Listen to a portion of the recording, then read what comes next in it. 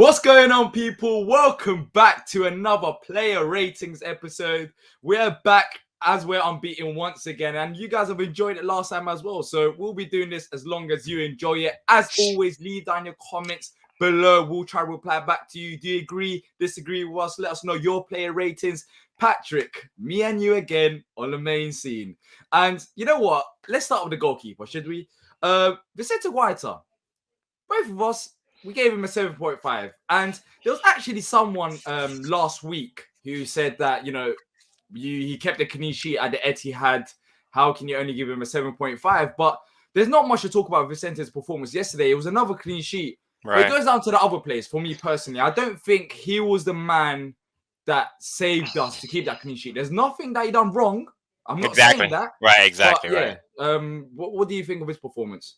Yesterday, he definitely kicked better. Distribution was much better than it was last week. So I gave him, and again, we kept the clean sheet. So I got no issue with him, but honestly, I told you last week, I'm always a little nervous when he gets the ball. But yesterday, for some reason, I was much calmer. I don't know what it was, but I just felt calm when he got the ball in the back. Again, he kicked the ball out well.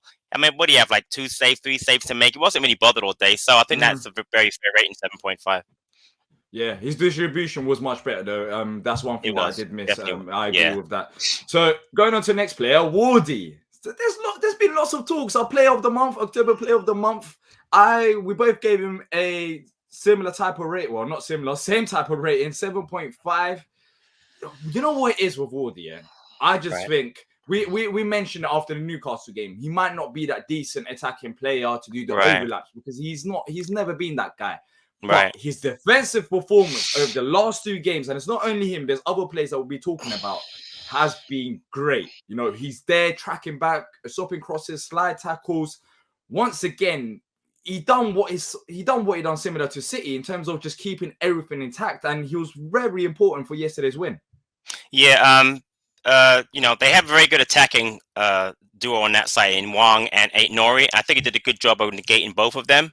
He didn't get forward, but he didn't have to. So he's very solid. And again, when a team keeps a clean sheet, you got to give, the back four at least a 7.5. I would have given him an 8, honestly. The only reason I gave it down is that one play when he made that foul on Aït-Nouri, which almost was a penalty kick. That kind of, after we scored, that bothered me. But it's the only reason I mark him down from an 8, because honestly, he played really well yesterday. As I told you beforehand, I'm on 5 hours sleep, so there's lots of things going on in my head.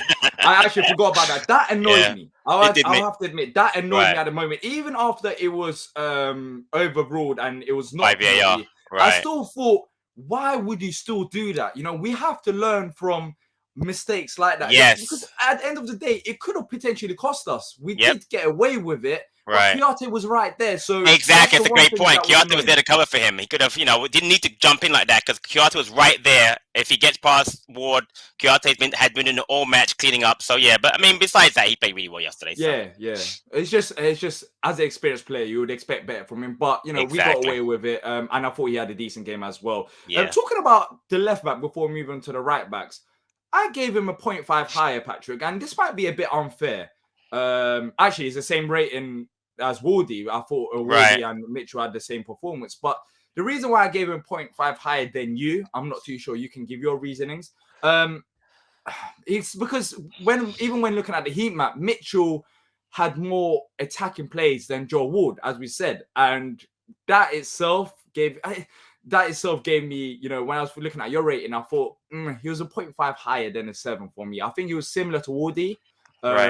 In terms of his performances, and he moved up the pitch. But once again, he was solid down the left. All game long, the back line, we'll be talking about Joachim Andersen and Mark Guehi in particular as well, relatively soon. But all along, the back line was just intact. They knew what they were doing. They didn't allow the Wolves players to get in behind, and they had a solid game. And I thought Mitchell was similar to Wardy, but he got forward a bit more than Wardy for me. Maybe that's why you gave him 0.5 lower. What was your explaining?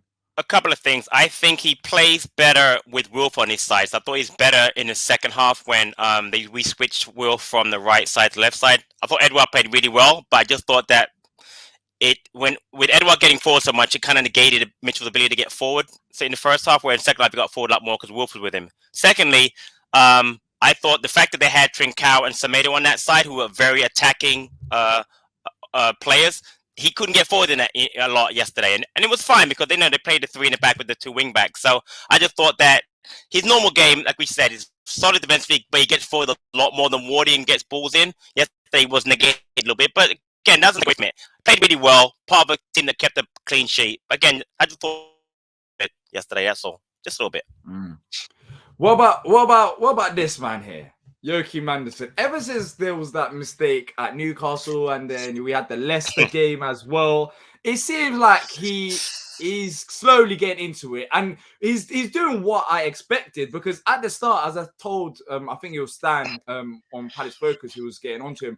As I told Stan, we've only played less than 10 games. These mistakes are normal. But for me, I gave him an 8.5 rather than an 8 that you gave him because he was a bit better than Mark Guehi, spoiler alert, for me. In the first half, we saw it, especially even in the second half as well. The long balls, he was very good with them. Diagonal balls to Benteke. And we saw it in the first half. We were struggling to break them down whilst playing on the floor. And at times when we did get through, it was due to Joachim Andersen making that one long ball over the top, and then he takes 4 or 5 Wolves midfielders out of the game. And once again, without Joachim Andersen in the side, as I've said it, we've got no other centre-backs like Mark Guehi and Joachim Andersen who can play that role. Them two are pivotal to this playing out from the back and also passing out from the back.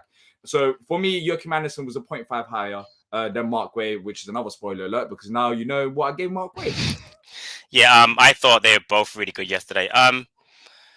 What I'm really starting to take a look at is our distribution out of the back and just playing out the back. So real quick, Brentford was the first time they played together. In that match, Andersen had 72 touches and Guehi had 65.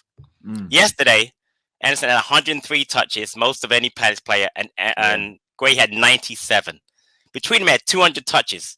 So that play on the back is working so much better and so well now. And you're absolutely right. The key yesterday for Andersen was the diagonal balls again. Absolutely pinpoint perfect. He helped set up a couple of more than a few attacks to Edouard on the left, a couple of times to Zaha on the right. I mean, it's a game changer for us. It really is. And you just said it. No one else can do it. You know, much as I respect Tompkins and Kelly as centre halves, they cannot do what those two do. And the fact that they do it makes us a totally different team. And it puts us on the front foot from the back. So that's why I gave them what I gave them. Again, you'll see I gave Guehi the same exact rating. I thought the only reason I might have given Guehi a little higher, honestly, but he got the early yellow card for a kind of a rough tackle he made. But I think both of them yesterday were very, very solid, and they set us up for that clean sheet yesterday. Yeah. With Joachim Andersen, you mentioned the touches. At no point in the game did I think, wow, he's taking touches for no reason, or he just passed it on. Like them touches were all useful. It was in the right positions. He done very good with the ball as well in terms of passing out. But Mark Guehi, his partner, as I just mentioned, I gave him an 8. I thought he had a very solid game, but Joachim Andersen was just a bit more better for me personally due to the passes out from the back. But when you look at Mark Guehi's stats, I don't know if you got out there, but he had a very good passing accuracy as well.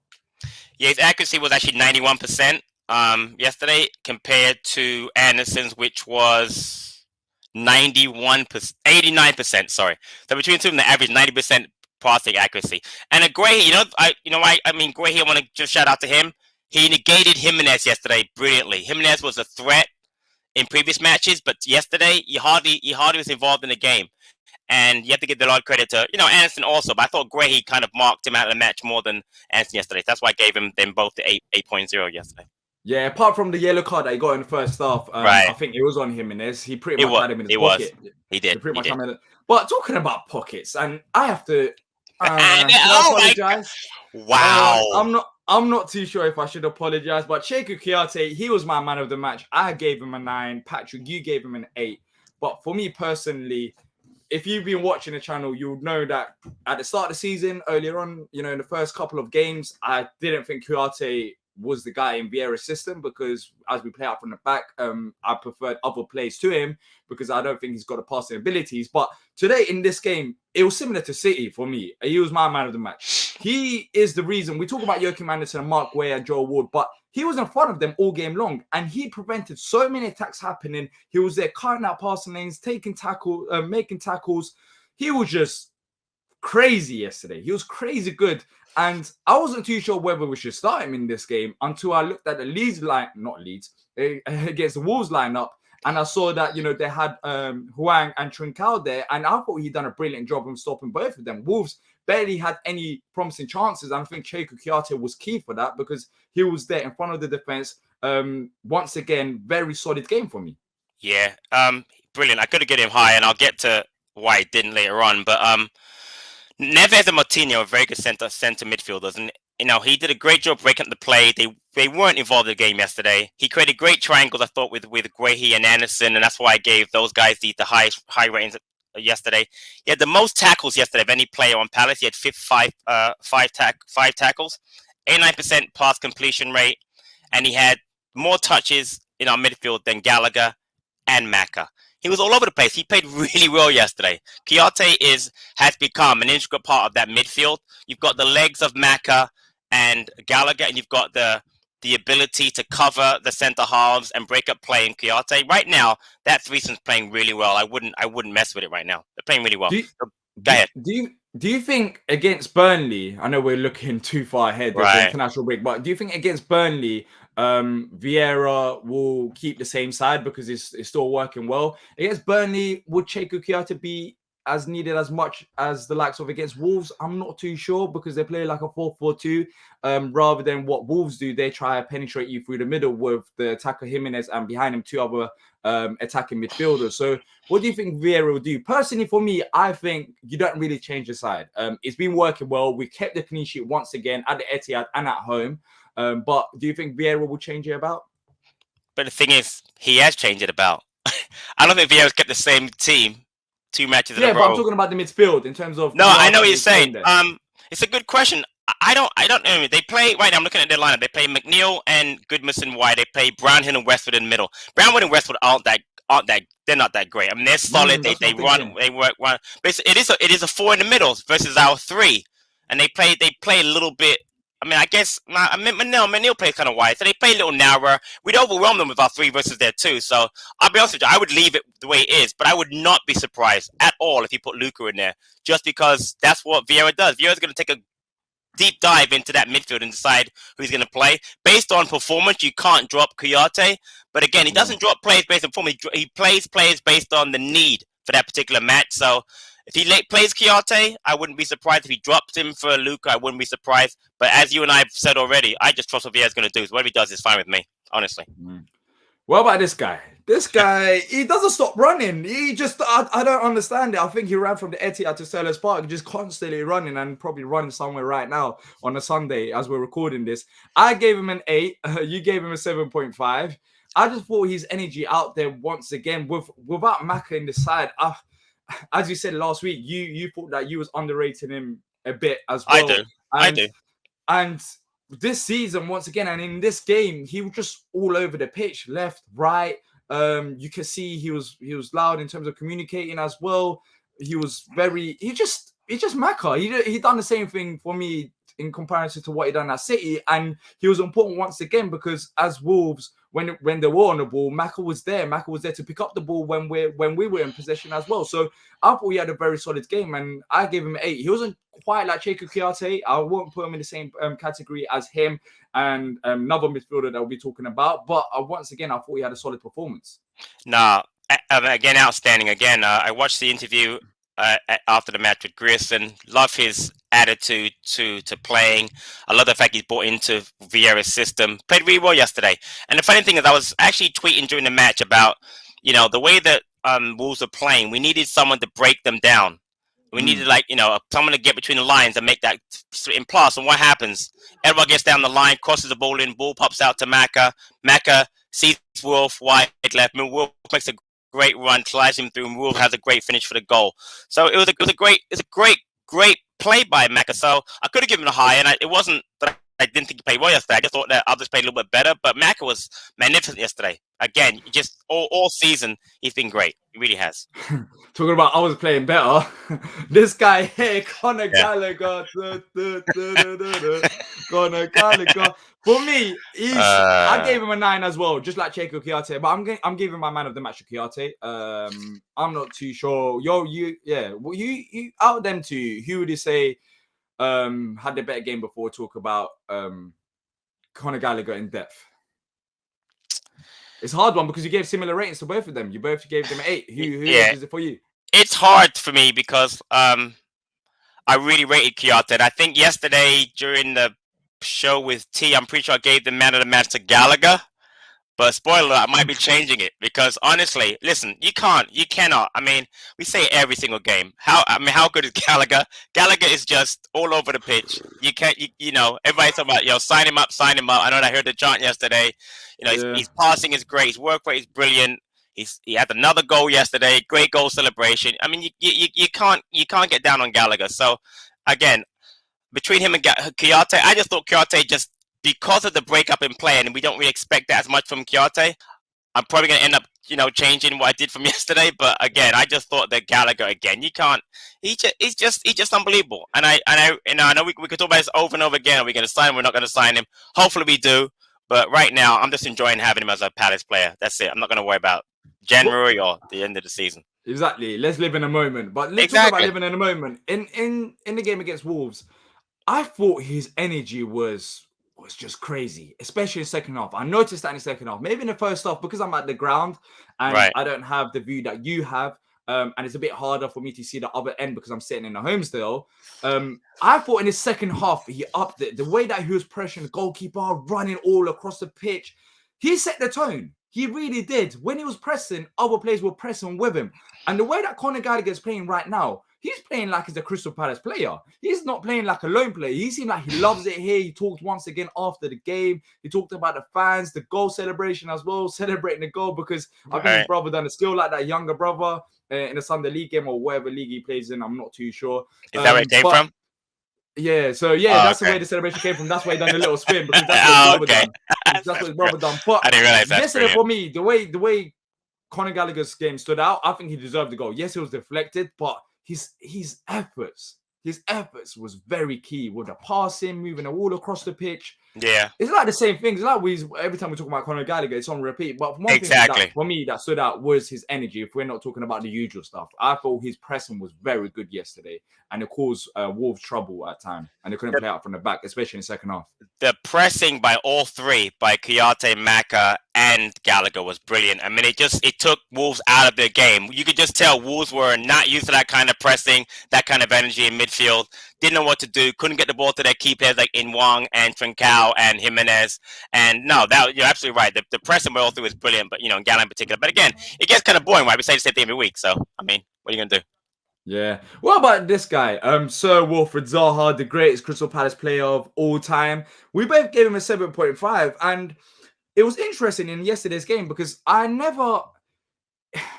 don't think he was the Wilfried Zaha that we normally know, where he just dominates the game himself. And that is not a bad thing because we can use other players now. We don't have to be just Zaha FC. And in yesterday's game, I noticed it in the first half where we was focusing down the left-hand side at most. And at times, I think early on in the game, around the 10th minute mark, 10 to 15 minutes, he was involved, but he didn't have the first half that I expected him to have. In the second half, of course, he got a bit more lively because our urgency and our passing was a bit more direct. But I think 7.5 is a fair rating. I don't think it was any higher or any lower. He had a solid game, but the only difference was that we didn't have to rely on him. And of course, he scored that goal. Maybe I could have gave him an 8 for scoring that goal. But I thought he had a solid game, but he wasn't on the same level as other players in terms of influence on the game. We'll be talking about the front three, but all three of them had a solid game. What about Zaha for you yesterday?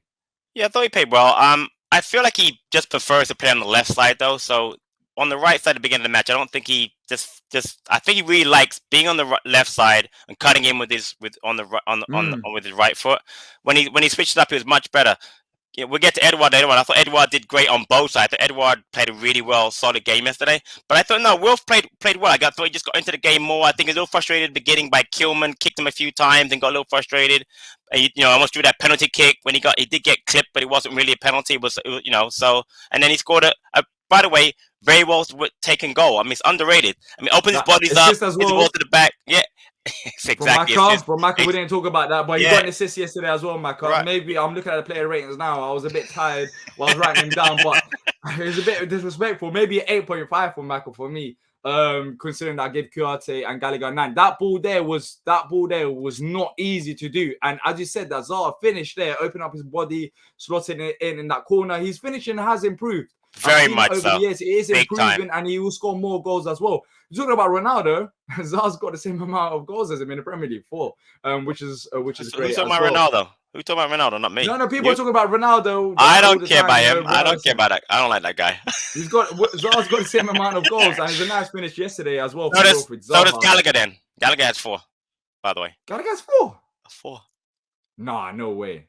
2 against West Ham last week. This week, that's 4. Exactly. See? You see? That is wild. It's because he does everything else so well that I didn't realize that. Oh, geez, my camera. That's what happens. I just slammed it. I got excited by Conor Gallagher. Did you realize, by the way? I didn't realize that. Gallagher had 2 goals last year. 1 against us. Jeez. He scored 2 goals last year. 2 the entire season. 1 of them was against us. Was that at home or away? We beat them away. We beat them away. We killed them like 5-1 away. He scored the only goal. You don't remember that? No, I don't remember that. Look at you. Look at you. I'm impressed. No. This might. As I was writing this down, I thought this might be a bit controversial. Not for me. Due to the fact that I gave him a 0.5 higher than Wilf. But the reason why I gave him an 8, because we're talking about Joachim Andersen's diagonal balls, and the diagonal balls ain't just going to anyone. In the first half, I thought it was smart. You know what? I thought it was smart for Benteke to start.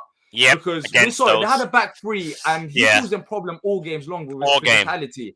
And his hold-up play was very good, bringing others into the game. And in the second half as well, I thought, the direct balls that we done, they had to go to someone. And when they did go to Benteke, I thought he was very important for us. And he had a very good game yesterday, even though he was not on the score sheet for me.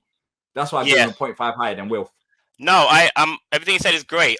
Just want to add, he had 3 shots on goal, which people may not realize, and he won 10 duels. 10 duels for a striker. He was really good. I mean, people underrate. I mean, I know everybody talks about. No, we've had a discussion many times about Benteke. He doesn't score goals. They have to score goals. No, they don't. If you can do that kind of hold-up play and bring others into play and create other chances for others, create space for Edouard. By the way, Edouard, Benteke, and Zaha work very, very well together. It's underrated. Edouard works interchanges with Benteke very well and could have scored a goal yesterday. I really like the way they play together. So, no, I think your rating is spot on. I tweeted yesterday during the match. I think Benteke played really, really well yesterday without scoring. So we're talking about Edouard. We gave him both 7.5, same rating as well. Benteke for me just edged it 0.5 higher. But with Edouard, I never really expected him to play out wide and be this good. And I think the reason why he can be this good is because Vieira must have told him that you have a bit of freedom, because I see him at times going to central areas, coming from the left, going to central areas. And his IQ of the game is very smart. He's always in the right areas, always making that run. In the first half, he's running through on goal. Of course, Wolves done a tactical foul and slowed him down and gave away a free kick, which maybe he might create another chance. He had that shot in the first half as well. But despite him not being on the score sheet, I thought he had a very solid performance as well. Better than average. I think 7.5 on the same level as well for me. Yeah, definitely. He was involved. He had that chance early on. When he drew the foul on Martina, when he drove the ball forward, created a lot of opportunities for Palace. What people don't realize is that, he can play wide. We think of wide players being like, let's say, Andros Townsend, pure wingers who get wide, cross balls in. That's not what he does. He's got great technical ability. He can score. But again, what people are not really seeing him, he brings other players into the game. And you're absolutely right. The interchanges between him and Benteke, people don't see, or him and Zaha, well, you did see it because obviously they switched sides, is integral to how we play. And it makes it difficult for teams to focus on one of the 3. You can't focus on Benteke because there's Zaha. You can't focus on Zaha because there's Edouard. You can't focus on Edouard because there's Benteke. I love the way they play together. So, no, I thought Edouard, again, had a really good game and deserved the goal yesterday. He played that well. People are crying out him to play a striker, and he will at some points, but right now, playing out wide for me is working very, very well. Keep him there. Everyone's talking about having this man as a starter. We both gave him a 6.5. He he was decent on the ball, but he didn't have the same amount of impact as he's had coming off the bench in other games, and he only played for 10 minutes, so it's no discredit to Elise, but we will give him a 6.5. You have to really give him more consistent minutes to see the best out of Elise.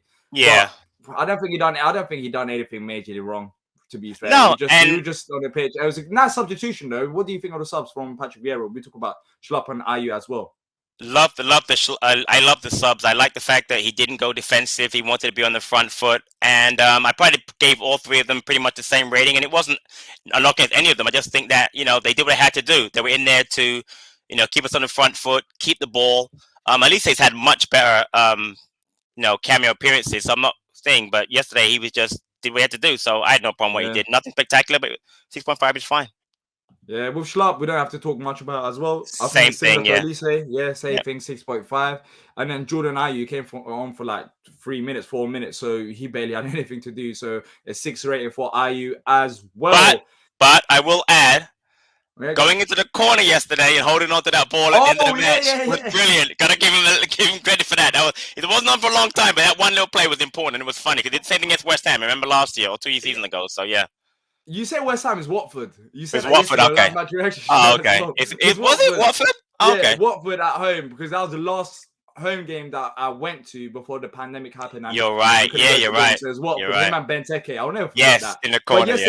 But yesterday, just quickly about that, it's not really Ayew. I liked it. Finally, we're realizing how game management. Things. Exactly. Game management. Just go to the corner flag. It doesn't matter if you're 2-0 up. Yes, it might be nice to score the third goal, but if the game is done and dusted, we're 2-0 up. We're very comfortable. Just go in the corner flag, and we done that very well. We were there for about a minute or two, and that minute or two matters.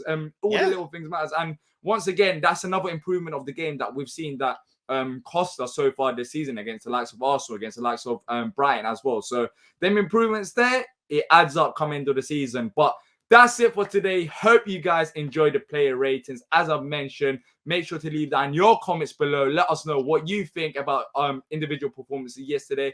As always, if you have enjoyed it, make sure to like and subscribe so you don't miss our future content. And until next time, Eagles!